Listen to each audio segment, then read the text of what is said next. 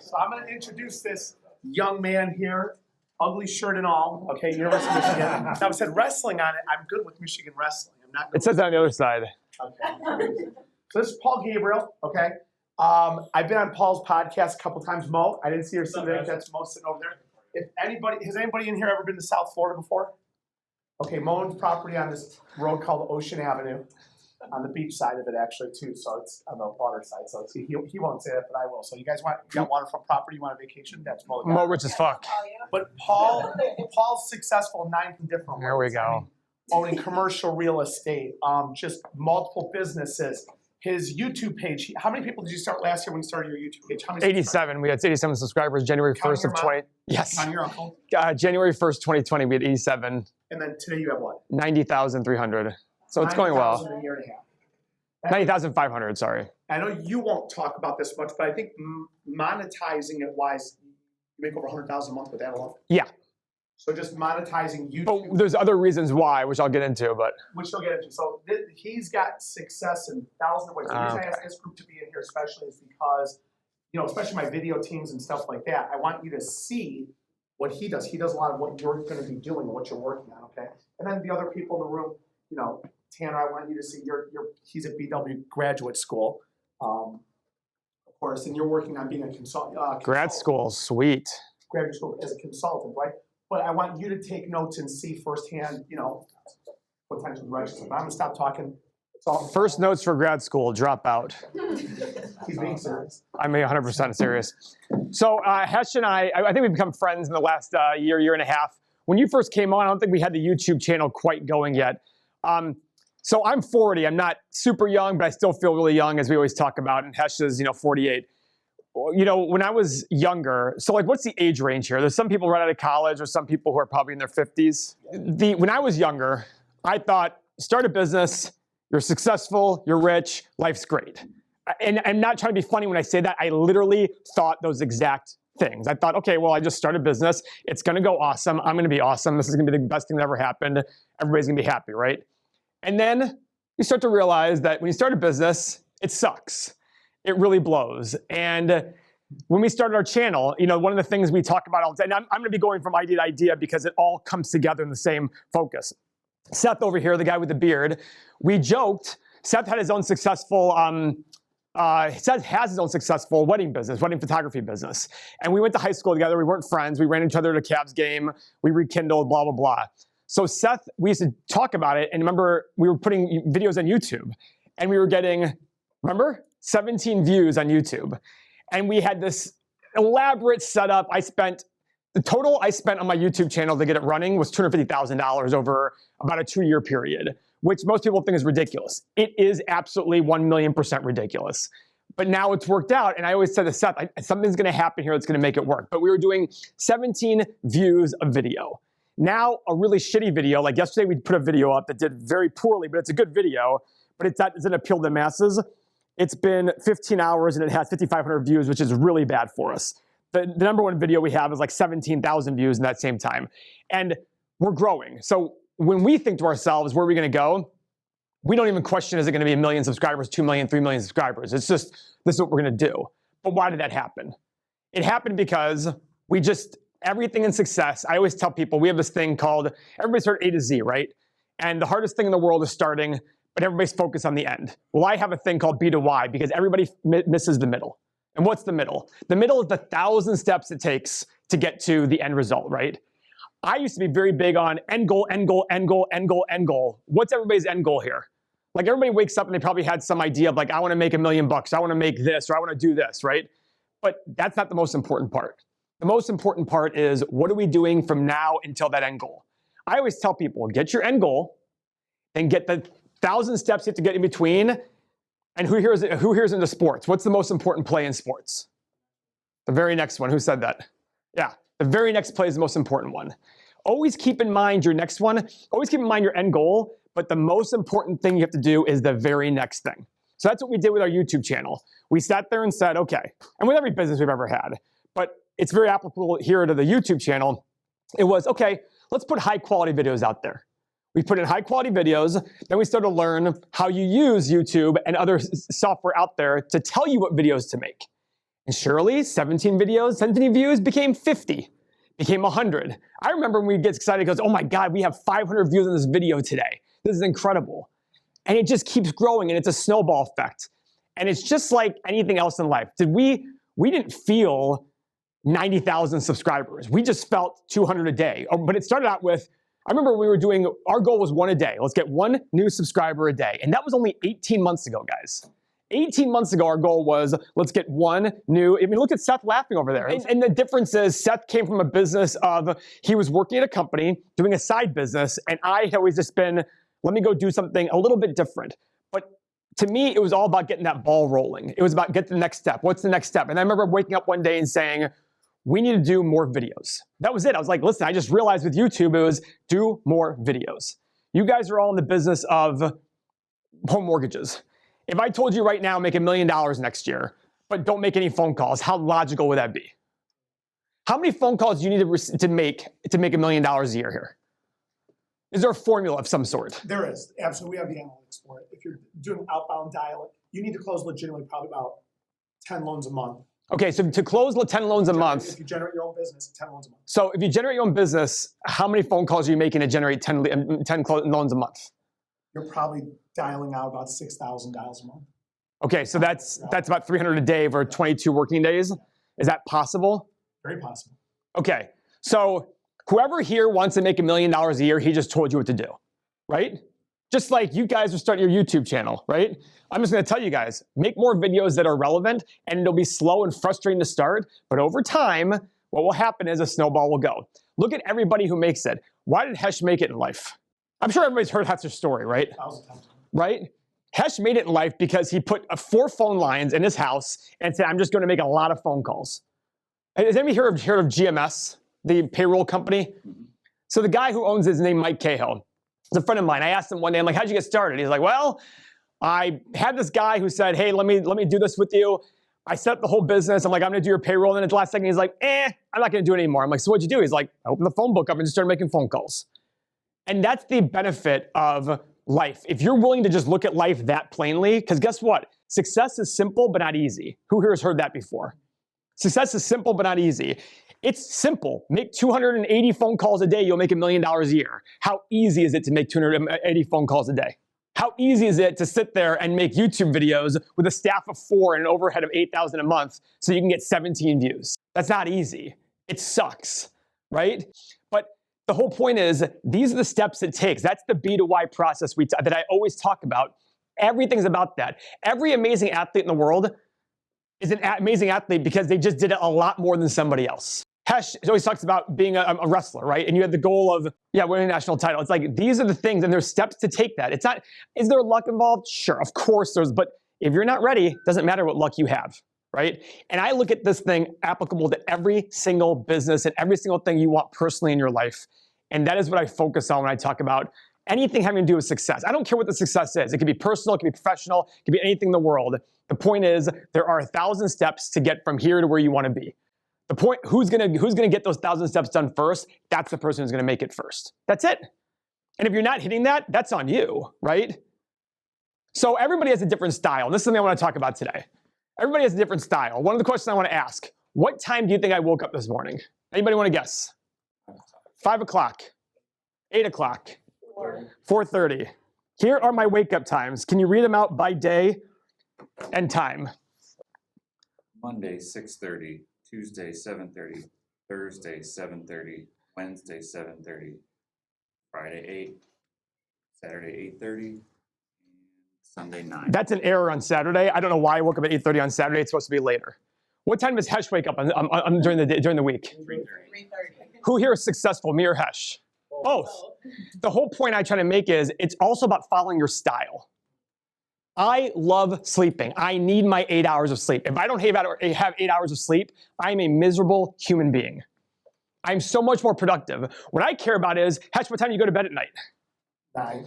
I go to bed at midnight. So we still get similar hours of sleep. I just go to bed a lot later. I go to bed a lot later because I'm much more of a, let me read at night. Let me do the things I want to do at night. He gets up early to read. I go to bed early. I'm late to read. It's all about different style. That's it. But you got to find a style that works for you And that also works for your boss. I mean, you can't sit there and say, hey, Hash, I'm gonna come in and make phone calls, cold calls at 9 o'clock at night. He might be like, well, I think it's great and everything, but I don't know how many people are answering the phone at 9 o'clock at night to get a mortgage. These are the things that I used to read a ton when I was a kid. I still do read a ton. And the one thing I found is that everybody has a different style. And when you own that style, that's when things are best for you. There are people who wake up at 3:30 in the morning, and there are people who wake up at 9 o'clock. But the one thing that's different is most lazy people do wake up later. But I am the guy who's like, okay, I wake up later, but I immediately jump into action. I get a lot of stuff done. So for me, it works for me. And I have no qualms about it. I'm here sitting here in a room where everybody here, if you didn't know me and I told you I woke up at 9 o'clock, what would you think about me? You'd be like, what a lazy piece of shit over there. Wouldn't you? I'd think that. And I wake up later. I would automatically think that. But there's different styles to everything. Look at this room. Your CEO sits at a desk with one laptop and a t-shirt, Cowboy Wrestling, RTC, right? And I'm considered a dressed up person in this room by wearing this. And this isn't even dressed up, right? That's the whole point of everything that you do in life is about your style. There's a great quote I heard recently. Somebody said there are successful people who are detail-oriented and there are unsuccessful people who are detail-oriented. The difference is they just focus on the right details. So certain people won't focus on, if you focus on the right things, doing it the style in which you love, how do you lose? Now, it doesn't mean your style is always gonna work. Your style could be completely wrong. You might sit there and say, well, Paul wakes up at 9, I'm gonna wake up at 9, I'm gonna go take a early lunch. Okay, there's a difference, it's still about productivity, right? So that's the whole B to Y. That's the thing about get your own style, make it work for you, but then make sure you're getting the task done. That's all that matters. Hesh sits here, goes to bed at 9 o'clock at night. 9 o'clock at night, I'm looking at 9 o'clock at my phone going, oh, I still have 3 more hours, this is great. I still got 2.5 hours of doing whatever I want. I read, I do all that stuff, but he does that at 3 o'clock in the morning, I do that at 9 o'clock at night. It's just different styles. We still accomplish the same thing, we just do it at different times. Right? Hesh has a building paid off in cash. I think that's absolutely the most ridiculous idea in the world. I heard he advised you guys to pay off your rentals. That's the worst idea in the world, but Hesh believes in that. And it'll work for Hesh, right? But I joke and say, well, no, it's actually not good financially, but if you want to sleep at night because that works for you, please do it. These are the things that all over time, that if you start doing these things the same way, and you guys are young, everybody here is relatively young. When I say relatively, because even I meet people who are in their 50s and they're like, oh, I'm way past it. I'm like, you got 40 more years to live. Technology is getting better for meta. You got 40 years to change your life still. That's a long time. And those of you who are 25, do I wish I knew this stuff when I was 25? Of course I do. But when I was 25, I was all about, you know, what does everybody think I need to be? There was a successful person here that I listened to. Why? Because they're successful. But then I started to realize, no, that's not my style. I don't like that style. You will start meeting people that speak to yours. On our YouTube channel, if anybody's watched it, I always say, this is my investing style. If this speaks to you, hop on board. If it doesn't speak to you, I get it. Move on. I don't care. It doesn't bother me because everybody's style can and will be different. So anyways, these are the main things that to me, it's always funny. I always tell people, I used to teach at my high school, like an investing business life class. And the one thing I told them is get shit done. That's all that matters. The person who gets the most shit done the fastest wins. Whatever winning means to you. It doesn't matter what winning means to you. It doesn't mean necessarily making the most money. Whatever, get shit done. That's all that matters. We have all these Harvard MBAs and analytics. It's all stupid. It really is. I went to grad school and make my parents happy. I dropped out the second I could because I thought, for me, grad school was an absolute waste of time. I went to Michigan, top 25 school, amazing school, and guess what? It was a waste of money. It was an absolute waste of money. My father loves it because I'm a foreigner. We were born in the Middle East. You're from, I know, but your family. I know, but your family. Yeah, Iran. I'm from Iraq. I was born there, and my parents are both doctors, and everything's about education, education, education. So I went to Michigan because that was a great education. And to this day, when people say, I get insulted when people ask me where I went to school and what I studied. I actually feel like insulted by it. I'm like, what does it matter? It's like, can I look at it and go, it does not matter. Whoever gets the most stuff done. He's from Parma. I'm not from Parma, right? I look at it going like, it doesn't matter. Where'd you go to high school, Padua? Normandy. Oh, public school. Oh my Lord. I mean, do you see what I'm saying? Like, I'm saying it to be funny because I look at it going, Seth and I went to a private high school, and from our private high school, the top kids in the class, what are they doing now? Are they doing what you and I are doing? Which is fine. By the way, it's great. It's awesome. He's a professor at a school, but I think we probably have more fun than that guy does, right? We have way more fun than that guy does. We have way more freedom than that guy does, right? We have way more freedom. Tim didn't even graduate college. Xavier graduated college. Mo was in med school and dropped out of med school because he thought what a waste of time this is. Total waste of time. And now Mo comes in the morning. He doesn't even work I don't even say work, but he goes to bed at, he doesn't go to bed. He goes to bed early actually, but then he leaves at like 3 o'clock in the afternoon. He's like, I'm out. I've actually changed my hours recently. I'm only gonna be showing up to the office 9 or 10 o'clock and leaving at 4:30 because I do other things besides my work at home. And I love it. I prefer to do it at home. It's my style that works for me.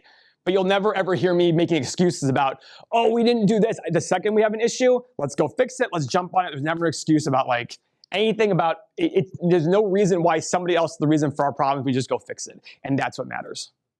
So anyway, that's a quick spiel, I guess, however long that went. You're doing awesome. Yeah, so anyways, any questions initially?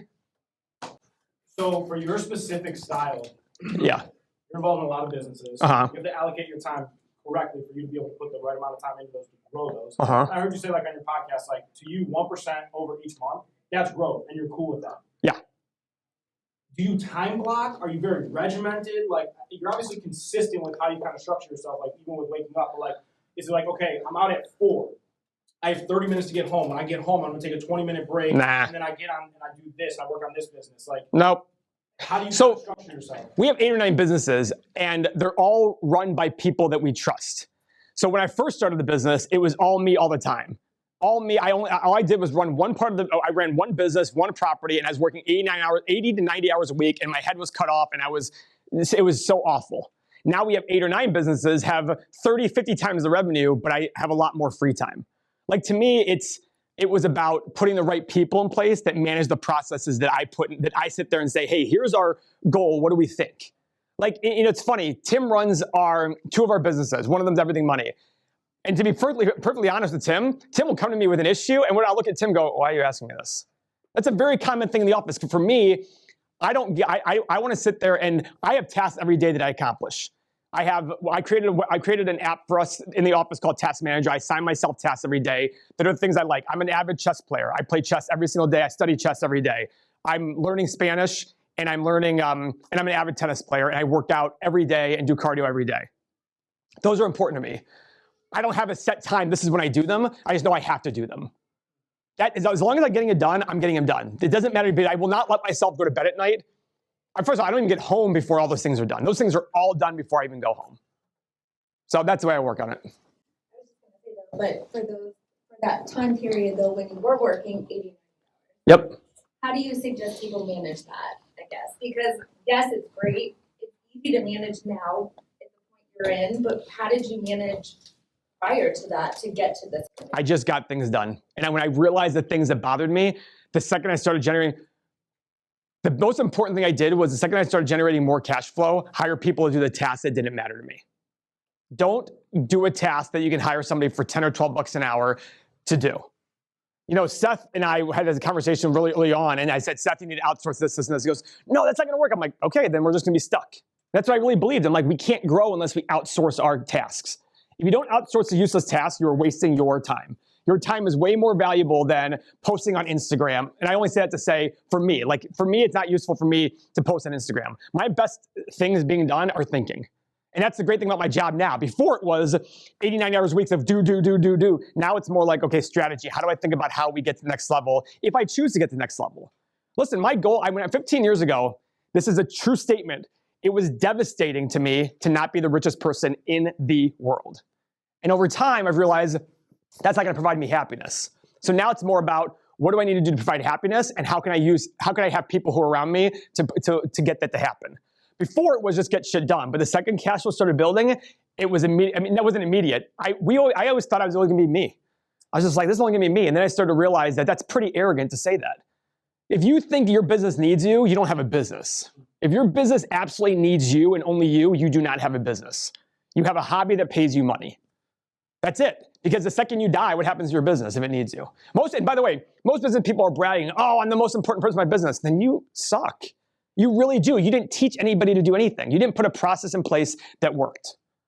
You know, Hesh doesn't have 250 employees because he does everything himself, right? Doesn't work. Now, if you want to be a one-man shop, one-person shop, that's fine. I'm not criticizing that. But if you want to grow, you have to figure out a way to put processes in place. And the more you know your process, the better you are at teaching other people to do it, right? Because you don't know it if you can't teach it. But early on, it was just get things done. And when I finally had the epiphany of, wait a second, I'm doing this wrong because I can't even find, then I had to sit there and figure out finding the right people and then teaching them that process. And you should be blunt and say, I'm not going to waste my time doing, I literally have people come in the office and I'll say, I'm not answering that question. Because I look at them saying, you need to be able to answer that question for me. 2 questions. What advice would you give to somebody, I'm 23 years old, I just started Liberty Home Mortgage, this is the position I'm in. How do you grow beyond that? And then the second question is for the salespeople in the room. You know, I'm a salesman, I'm going to hit 6 figures, I want to go to the next level. What would your advice be to that person? Okay, so it's going to be very, very boring. The answer is get more shit done. It's going to be find out the person in the company that, how many salespeople are here?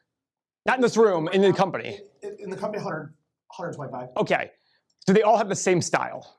Totally different. That's the thing I talk about style. Find the person who has style that's like yours. When you go, I like that person's style. Because you're going to do better doing the style you like, right?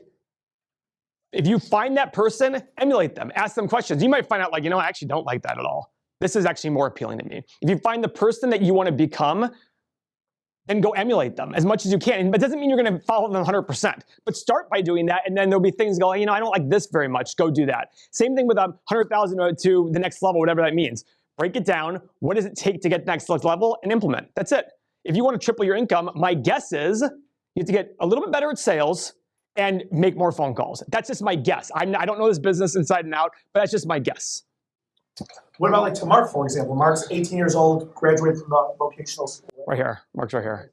Right, Mark? 18 years old, just starting out. What's your best advice to him to rise up and climb the ranks or whatever? Do you want to rise up and climb the ranks? You don't have to say yes. By the way, you might very well could be like, I don't care to. I guess I never thought about it. Well, because we're all taught you must want to get better, whatever that means, right? Well, right. I do want to get better, but I don't necessarily see it as rising. So first thing is find out what better means to him. Because better might not, I mean, listen, there are a lot of people who want to rise up and they shouldn't rise up. There are a lot of people who want to be managers and they should not be managers, right? I always joke with people and say, if I was an employee, I'd be one of the worst employees imaginable. I really would be, because I like to do things at my style. But if you're a great employee and not a great manager, that's nothing wrong with that. But figure out what you want and how you go get there. And that's going to change over time. You're only 18 years old. Jesus Christ, I mean, that's nothing. You're going to change a ton between 18 and 30, between 18 and 25. Like I said, when I was 25, literally the thoughts of not being the richest person in the world was devastating. Like literally, like, how can I live with not being literally those are my words. And now I look at it going, oh, I'm going to work at 10 and I'm going to leave at 4:30 every day. I wake up at, and the funny thing is, when I was in college, right out of college, I woke up at 6 o'clock every day. Every single day, except for the weekends. The weekends I slept in a lot. But the whole point is, look how my style's changed. So the first thing is be honest with yourself about what you really want. Do you really want to be the person who does X, Y, and Z? Just because you want it or because society says to you, you should want this? Hesh, do you want everybody to be, I always tell people, in our company, I don't want everybody to want to be the biggest thing ever. It's okay to not, but what it is not okay is not being honest about it. Saying you want this when you really are willing to do this for it. That doesn't work. If you want this and you want to do this, that's perfect. As long as the work ethic and desires are there, we have a winner. So that first thing is be honest with yourself about what you want, because most people think they want, everything in the world, but you don't, and you're not willing to put the work in. And that's okay. That's not a criticism. That's being honest about it, saying, I don't want to do that. I shut down businesses sometimes because they don't make enough money. They make money, but they're not worth the time. I don't want to do that anymore. They're not worth the time. Shut it down. Paul, no, just shut it down. It's not worth the time anymore. Let's go focus on something else. And most people will be ecstatic to make that kind of money off of business. I'm like, it's not worth it. Why should I deal with the hassle? Like you said, now what's the hassle of dealing with that? So be honest with yourself about that. Like Mark, first thing is, have a conversation with Mark. Mark, what do you want? He probably doesn't know. And you should, and by the way, you're 18. It's okay to not know. Then I started a computer business in college with a friend of mine. Did not go well. It was miserable failure. Then afterwards, I started buying real estate in Cleveland. Because I always liked investing. I mean, when I was 13, I started investing. I started reading about investing when I was I don't know, 8, 9, 10. I was just different that way. Like, and I thought that was everybody, by the way. I just thought everybody was like that, but they weren't, because everybody talked, right? Everybody talked. A mean game. Like, oh, I'm gonna do this, I'm gonna do this. And I believed everybody. I'm a very literal person. I'm a very literal person. So when I heard people in college saying, oh, I'm gonna do this, this, this, this, and this, and not a single person is doing anything they said they were gonna do, and that drove me nuts. But I started doing real estate, I started doing investing, and before you knew it, then it became harder to buy real estate because I'm a deep value investor. If you watch my channel, it was harder to buy real estate and stocks. So I started businesses to get some sort of growth. And we started out with 15 businesses, and since then we've sold and we've shut down a couple. We've sold a couple to the partners, and now we're down to 8 or 9, and the goal is to get them to 5 or 6. I'm very critical of people who talk a lot and don't do a lot, but they do it for the image of it, right? So one of the first things I do in my high school class, when I teach the high school, is I take a kid from the corner, I go walk that door. And what do? They go straight to the door, right? And then what do? I go all the way up and down rows, up and down rows, up and down rows, finally get the door. I said, who worked harder? And invariably, every single year, they said, I worked harder. And I get so pissed at that because I did more work. I worked harder. So society is going to commend me for taking the slowest route possible to the door when they should be commending that kid for going straight to the door, right? Why do more work if you don't have to? Working hard is about getting more stuff done in an efficient time period. It's not about doing more stuff. I can take forever to do anything I want. And people put the bullshit of like, oh, I'm meticulous. Oh, fuck you. You're not meticulous. You're just lazy. That's the way I look at it. Go straight to the fucking door. That's it. From there to there, straight to the door. Why would you go up and down aisles? But every single year they tell me I worked harder. It drives me nuts. Every year they tell me I'm the harder worker, even though that kid gets to the door in half a second and I take 30 minutes to get there. But that's the society we live in of like, we commend people who sit behind a desk who might be looking at my porn sites from high school instead of getting work done because they sit behind a desk and they show that they're perceived to be doing more work. Right? That's just the way I believe it on that stuff. And it's just over time that happened. What would your advice be? So Dominic and Chris, for example, they're starting up their own podcast. Uh-huh. Okay. What would your advice be to them, even Seth or Mo, giving it to them, of 2 guys that are starting it that literally have 0 followers, 0 website, they got literally nothing. Put a ton of content out. Just put a ton of content out. And you'll eventually start seeing more and more about what works, what doesn't work, and you'll just start to grab, listen, I have a chess coach, and he's a good friend of Mo and I, and he lives in Minnesota. He started a chess channel. And I said to him one day, I said, would you have stayed with it this long if you hadn't seen our success? He goes, absolutely not. He would have given up. And that's why YouTube rewards you for getting to 1,000 subscribers. So in August, his name's Matt. Matt says to me, Paul, he had like 450 subscribers. And he would have quit already if it wasn't for him seeing our success, because he was our original fan. I'd be like, Matt, can you come on this live stream with me so we can get our numbers up? And it was like, great, Matt got us to 8 people on the live stream. I mean, that was the thing. So he said to me, he's like, what do you think I should do, Paul? I said, put out more content. He goes like, what do you mean? I go, 1 video a day. He said, sounds good. I'll start it when I come back from vacation. I said, cool, you don't want it bad enough. Boom, guess what he did that day? Done a ton of videos, and guess what? Since then, he grew double what he did the previous 90 days in the last 90 days. It's all about putting content out. Now, granted, not just putting content. You have to go Google, how do I grow my YouTube? Just read as much as you can about what it takes to grow your YouTube channel, and you'll find tons of content about it. That's what I did with investing. I've read so many investing books out there, and the ones that gravitated to me are the ones that made sense to me. So just do a bunch of content. Just keep doing it. Now, it doesn't mean that, if 1 year later you haven't made any progress, you have to start, you have us to talk to, but you have a ton of YouTube other people to talk to. People in the YouTube community want to help each other. Just keep at it. When somebody starts here, are they expected to make a sale their very first hour they're here? Of course not. And relatively speaking, that's your first year of YouTube. I mean, it's going to be a grind because YouTube wants to reward you for sticking it out. The second you hit 1,000 subscribers and you put a lot of content out there, you're going to be rewarded. It took us January 1st at 87 to September 14th of the following that year. So that was 9 months, 8.5 months to get to 1,000 subscribers. The next 1,000 happened in the next month. And by December 31st, it was 8,700. So from October 15th to December 31st, it was 2,000 to 8,700. But that's what it is. It's a slow grind. It's a snowball. And we all know how a snowball goes. It's compounding interest. You guys have seen how those things, well, maybe you haven't, but go to my channel and you'll see it. How wealth grows over time. That's it. Because guess what? Success isn't supposed to be easy. If it was easy, everybody would do it. That's the whole point. You have to stick it out.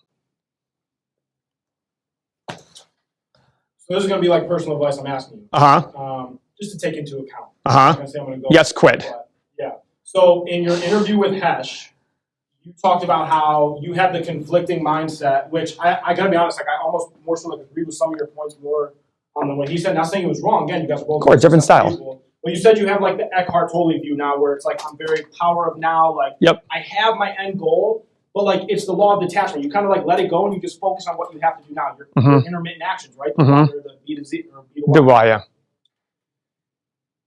For myself, I feel like I was you when I was younger. I didn't think, I had to be in the 50. You said in YouTube, I had the 50,000 square foot house. I was going to be successful, this and that.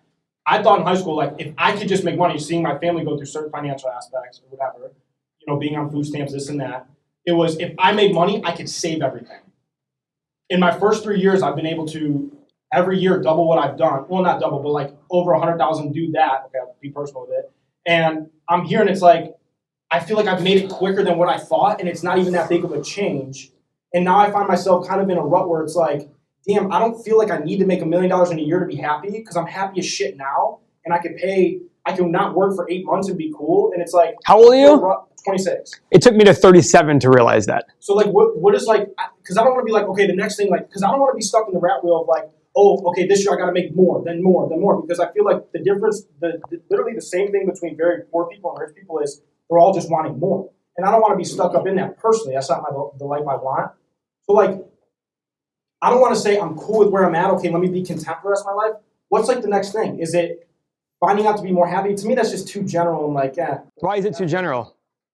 Because I feel like I'm happy, and I feel like the happiness isn't going to be derived from, like... Do you feel like you're happy, or are you happy? No, I know I am. You know you are? Yeah, 100%. Because I know at the end of the day, like... So let me ask you this question. If your income went to 50,000 next year, how would you feel? Oh, see, no, that's like non-negotiable. That's not a thing. I feel like. I'm not asking you. I'm not asking you if that's going to happen or not. If it went to 50,000, how would you feel? Stressed, pressured.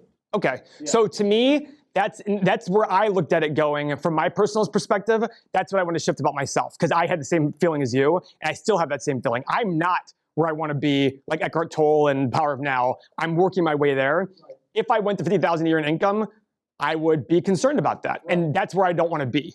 Where I want to be is, I want to be excited to do better, whatever that means. Before it used to mean only money. But now it's more like, no, I want to be satisfied where I'm at. And if it means I make 50,000 a year, okay. I mean, it's not likely that's going to happen, but it's all about, it's okay to have goals. If those goals define you, and if you don't hit them, you feel like less of a person, that's the problem. Right. Okay, and that's what I agree with, because in the same respect, it's almost like when you say that to me, that's more freeing to me, because it's very freeing. It's like a weird dichotomy where it's like, okay, I have this goal, I detach from it. I don't need to make $1 million a year, but it's almost this weird like paradox where it's like you're almost gonna. It's just gonna come to you because you're not gripping it, trying to go after it to the point where you're like, oh, if I don't do it, then I'm an extreme failure. And where did I fuck up? And like I gotta reanalyze my entire life. And that's almost the pressure I feel like I want to take off myself. Good for you. I feel like a millionaire internally? Like I just do. I just know like one day it's gonna happen, but I'm not pressing towards that like, oh, I gotta do it now and I gotta change my life around to be this super disciplined individual who's gonna do it. Every time, thank you. We love this book. Please read it if you care about this stuff. The Psychology of Money. We have a book club in our channel. So this is great about this channel. So there's a difference between rich and wealthy, right? What you're describing is wealth. Rich is just having a lot of money and being able to afford expensive things. But wealth is realizing that you have more than you need, right? And it's enjoying that life. And guys, the 50,000 square foot house, literally the thought of not living in a 50,000 square foot house was devastating to me.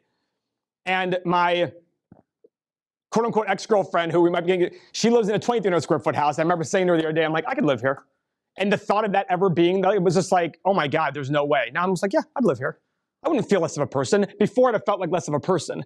But the funny part is, the reason I fought that all the time was because I felt like I was gonna lose my edge. Exactly the opposite. My edge got better. That's what I think too. Nope. I think if I don't strive for it, then am I just settling? You know, like am I? I agree. You're speaking exactly the way I used to. The exact same. It fucks with your head. It does. It really does. And I'm telling you from experience, you're not settling. Okay. And it's okay if you sit there and say, yeah, I just don't need to make $1 million a year. Great. Would you rather be happier or make $1 million a year? Because there are countless studies that show after 75 grand, there's not much more happiness after that. Not much more after that. I used to want 5. I remember when I was 18, I told Seth the story. When I was 18, I said, hey, when I have X amount of dollars, I'm going to have 3 houses and 10 cars. I have 4 times that amount now, and I have 1 house. You can make the argument I have 1 house in Mexico, but we rent those out for the business. And I have 2 cars. And I even think of the 2 cars, I'm like, why don't I have 2 cars? And I'm not saying it to say like, oh, I'm this humble person. I also have 18 watches, which is stupid, but I have a watch thing. I like watches, but if I lost my watches tomorrow, 10 years ago, that'd have been devastating. Now it's just like, okay, well, I lost the watch. You know, I could report the insurance claim, whatever. Let's just get it over and done with.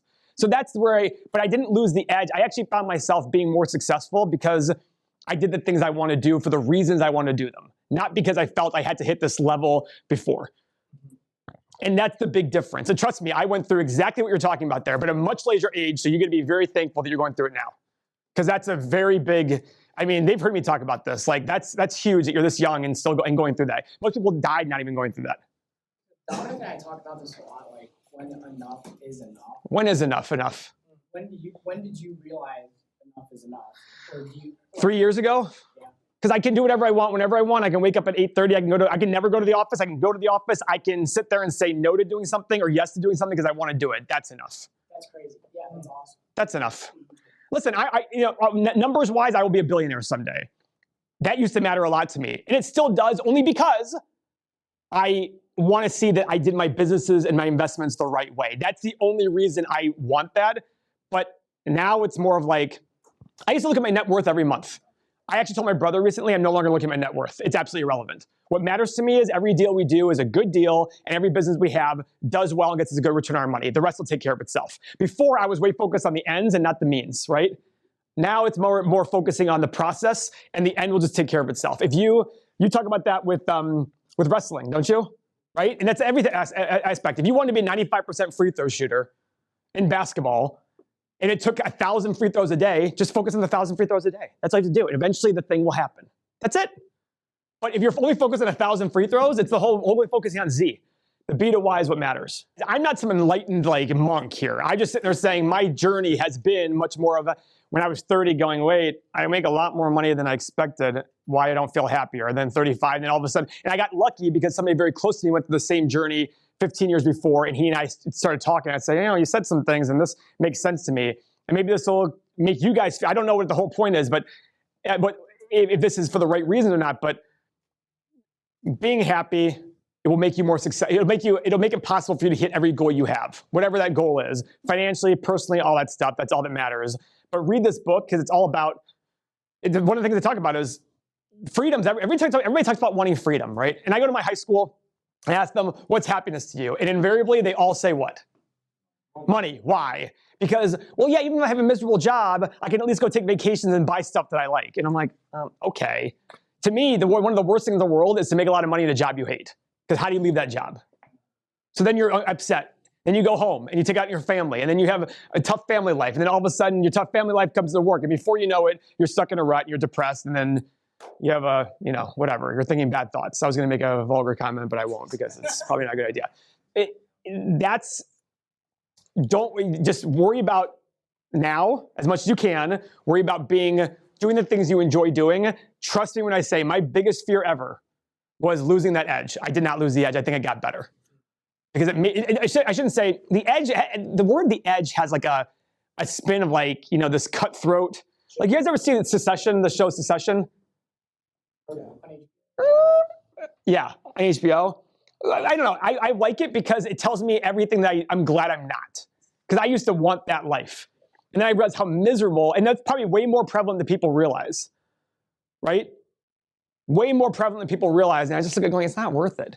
And I'm not trying to make this whole thing about like, oh, be happy and we're going to sing Kumbaya. It's one of those things where it's like, every goal you have personally and professionally all works together. The happier you are personally, the better you're going to be professionally, and vice versa. To my like young marketing people, I've already talked about Mark a little bit, but like Jordan, Angelina, Kylie, Alicia, creatively, not money, like not money wise, but creatively, is it okay for them to make mistakes? Is it okay for Jordan to screw up on YouTube 17 times in a row? Is it okay if Like, how many mistakes will they make? Is it okay to make mistakes? Do you guys worry about making mistakes? But what's the reason you worry about making mistakes? I don't want to disappoint Who? people. Hesh, Amy, Sunny. How would you making a mistake disappoint Hesh? Let's say I posted a video and none of the tags ranked, I feel like I disappointed. Do you think Hesh will go home at night and go, Jesus Christ, she disappointed me? I hope not. Hesh, would you? If she did her best effort, that's all I care about. How many phone calls does the average salesperson make a day here? In here, 100, about 100 a day, so And- 5,500 a month. And how many sales will they get from that 100? Generally like 3.7. So they're gonna fail 96.3% of the time, right? And I know it's a little bit different, but the whole point is, I always say, and what I always say in my company is, I don't get mad at mistakes. I get mad at repeated mistakes that we could have learned from the previous one, right? So you put some YouTube, you're gonna have flop videos. Our video yesterday about starting a business was our worst, literally our worst start. And I said that, I'm like, yeah, but that's fine. That's gonna be part of it. Fearing failure is the guaranteed way to never advancing. That's just it. It's just guaranteed. Now, you guys need to go learn more about marketing and take classes, even talk to Hesh, like, hey, how can we get better about creativity, things like that. It's just, if your worry is failure, then I don't have to tell you besides purposely go out there and fail just to get immune to it. Purposely go out there and fail to get immune to it, because that'll be the best thing for you. So I was very fortunate to read a lot when I was younger, and the one thing I learned from reading about a bunch of business people is that it's going to be bad and it's going to suck. And so I guess that was kind of like a warm blanket for me to go, okay, well, this is part of the process. It's almost funny that I joke with our staff that I sit there and say, it's almost when times are good that I get the most stress, because I'm like, okay, what am I missing here? When times are bad, I'm like, okay, we'll figure it out. Dealing with day to day, I got lucky just seeing, I don't think there's a single successful person I know who, I mean, you guys have heard Hesh's story. If you haven't heard the story, I mean, I can't believe Hesh survived. Like, I was sitting there going like, I was hearing the story going, how'd you not put a bullet in your head? Like literally, I was like, this is insane. I was like, this is crazy. And he looks at it and goes, when you get stabbed in the stomach and you're lying there and die, everything else seems okay. And that's all it is. It's all relative to something. So as cheesy as it sounds, it's like, it could be worse. And I always read that business people have very tough times and there's ups and downs and you just deal with it. I'm also a very conservative guy. I save 80, 90% of my income. So I always know that that's never going to be an issue where I have to sit there and go, oh shit, can I pay the bills? And that's another reason not to live this lifestyle you don't want to live, because all of a sudden you can't afford that. You have a bad year in the business. I'm also very big on gains. We don't have years where we go backwards unless we sell a business off or sell a piece of real estate off. Our revenue always goes up. So that's because I'm not big on, like, we almost got worried about how fast we grew. In January, we did 4,400 in revenue on YouTube, our YouTube channel. That includes software we sell. Last month, we did 170. That actually concerns me, going, okay, is it too fast of growth? And guess what? This is our first month where we're going to go backwards because we had an issue that happened that we all were stressed about. And Seth even called me and said, Paul's talking off the ledge. And I said, Seth, when we have 1 million subscribers, we get more revenue or less revenue than today? He goes, more. I go, sounds good. That's all I said. And that's the way I look at it. Now, does that mean that I'm okay with 171 because we did? No, but I sit there saying we're going to have, at that time we had 83,000 subscribers. I'm like, we're going to be 12 times bigger. We have 1 million subscribers. Our revenue is going to be, even if it's only 4 times larger, it's still a fuckload more money than we ever thought we were going to make off this thing. So who cares? It's all keeping that perspective in there and just going, what is the long goal? Now remember, if you watch my YouTube channel, I'm the most long-term oriented investor you'll probably ever meet besides Warren Buffett. So it's much easier for me to go, I don't give a fuck about today. I give a fuck about 10 years from now. I care about 20 years from now, 15, not today at all. And I don't have FOMO. So it's all these things that have worked together for me, but that takes a brainwashing, and that takes that you have to give yourself, and it takes a certain discipline that it can't just be taught, has to be ingrained into you from reading, listening to people, etc. If you listen to 1,000 business people tell you the exact same things that Hesh and I told you, you'd probably start believing it pretty heavily. It'd probably be ingrained in you. When you start finding your own style, did you ever find times where you would break back to old habits? Like, for example, Oh, good question. in college where you're like, gotta get up at 6 a.m. and now you're like, 8:30, 7:30, 9:30, I can wake up then. But like in the early stages, when you wake up on 8:30, next to be like, at 6 a.m., I'm going back to 6 a.m. Or no, I mean, I try really hard. I'm really bad with guilt. I try really hard not to sit there and say, I'm good with forcing, I'm good. Quick answer is no, unless I felt like I got better results because of previous actions. So if I did, like with chess, And I think it's funny because nobody here in the world, nobody here has a chess coach. I have a chess coach. With chess, I had a little like plateau a few months ago. And I was like, well, when I did this, I really got more gains. So I went back to that process. And sure enough, I'm back to gaining again. So that's the only time where I sit there and say, wait a second, I was getting gains here. But it's just like sales. It's just like anything. It's just like creativity. If you start to do things a certain way, you don't see the results. You go, when we did this, we got better results. Let me go back to that and see if that was working again, or maybe I can modify that a little bit different. It's all about testing things. So yeah, I do go back, but only when there's a reason to go back. I like myself more and my process more today than I did 10 years ago. But I'm sure I did things 10 years ago that are better than I'm doing today, and it's about incorporating it all together. You mentioned in the beginning when you said that you've monetized YouTube like a great amount, over 6 figures, that you would touch on like how it's not just because of the channel and the views. What is like all the software? We sell software. We sell financial software that people use to evaluate real estate and stocks and everything like that. And that's something that we created because our YouTube subscribers were like, "Hey, we want that software." So we're like, "Oh."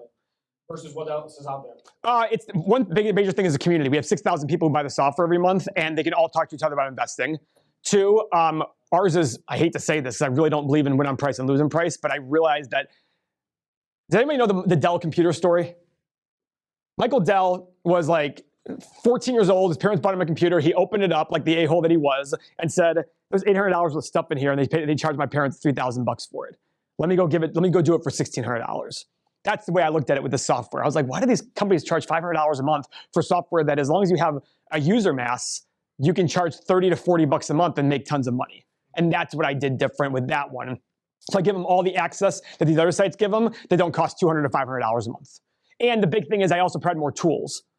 There are more tools on our site, and we also have exclusive content on the site, on the app, things like that we do that makes it different. Now, is it something that can't be replicated? Of course, everything can be replicated. We don't have any patents on anything, but we're hopefully first to market on the stuff, and hopefully it helps us grow much further. So just like a weird question with that, like because obviously you're not licensed or under the jurisdiction to give financial advice. So how do you legally stay out of that with the software? Like you're not saying. Have you ever heard of Bernie Madoff? AMC. Like what do you do? I don't tell people what to buy. I'm teaching a process. Okay. Now, do I tell people what I have bought and why I bought it? Absolutely. If they want to follow that, my brother's a lawyer. He's very anal. He's comfortable with everything. We have terms and conditions and blah, blah, blah. But I'm trying to teach a process. That's something we really focus on. It's like, guys, I'm trying to teach people there is a process that will work, and that process has to work for you. The process that works for me is this, and this is why I like this. Anytime we have people say, hey, Paul, I want to emulate you, I immediately go, listen, you can't do that, and we think about blocking them. I don't want people to mimic me, because I always tell them, on the channel, I'm very open. I have 8 or 9 businesses upstairs, I have hundreds of apartments, I have multiple revenue streams. You cannot invest like me. Because I'm going to ignore things because I'm like, you know, it just doesn't feel right. I'm not going to buy this stock or this real estate because I've already got plenty of income coming in. I don't need to make that. I already saved 80, 90%. So my income fell in half. Guess how much my life changes? 0. But other people who are saving for retirement are a little bit different situation. I recommend that the things I teach are for 10 or 20% of your portfolio at most. I still teach ETF investing, dollar cost averaging every month. So I'm very clear about that. Of course, people hear what they want to hear, but I don't get involved in recommending stocks or anything like that. That is not something I'm interested in doing. I do not want to be a stockbroker. I don't want to be a salesman. I'm just kidding. That's what they are, but that's okay. Any other questions besides those 2 guys? Other questions for now? Well, I would say, I want everybody to thank, naturally Paul, Tim, and Seth and questions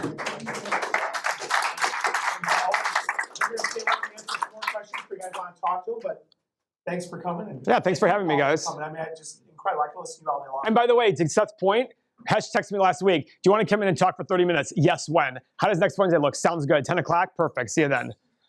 I always, but one thing I will want to say is, when I hear from people, they always tell me the most successful people they know are the ones that are always on time and the ones that always respect everybody's time. People get things like, that's something that I always found very tight with people. Like, I don't know how to put this without sounding like a dick. Do it. It doesn't even sound like a dick. It's just, if you want to, it's the whole get things done attitude, right? But get things done is also about punctual, about respecting somebody else's time, and when somebody requests to meet with you. By the way, there's a difference between I don't want to meet with that person and I want to meet with that person. Just get it done. Like when Seth said the whole thing, like, oh, coffee, let's say, and I pull out my phone going, hey, when can you do coffee? But if I didn't want to get talk to that person, I'd be like, all right, sounds good, we'll be in touch. You know what I mean? It's okay to say no. That's one of the best attributes of successful people is saying no. That's something I actually wanted to add here, and I forgot to do that. Say no. Your time is too valuable. Say no to the things that don't matter to you, that you don't think will help. Your job is not to listen to everybody. Your job is to listen to people that are doing what you want to do. So say no as much as you can. Your time's limited. That's the one thing we can't, it doesn't matter how much wealth you have, there's not more time, right? Only 24 hours. As cheesy as that is, it's 100% true.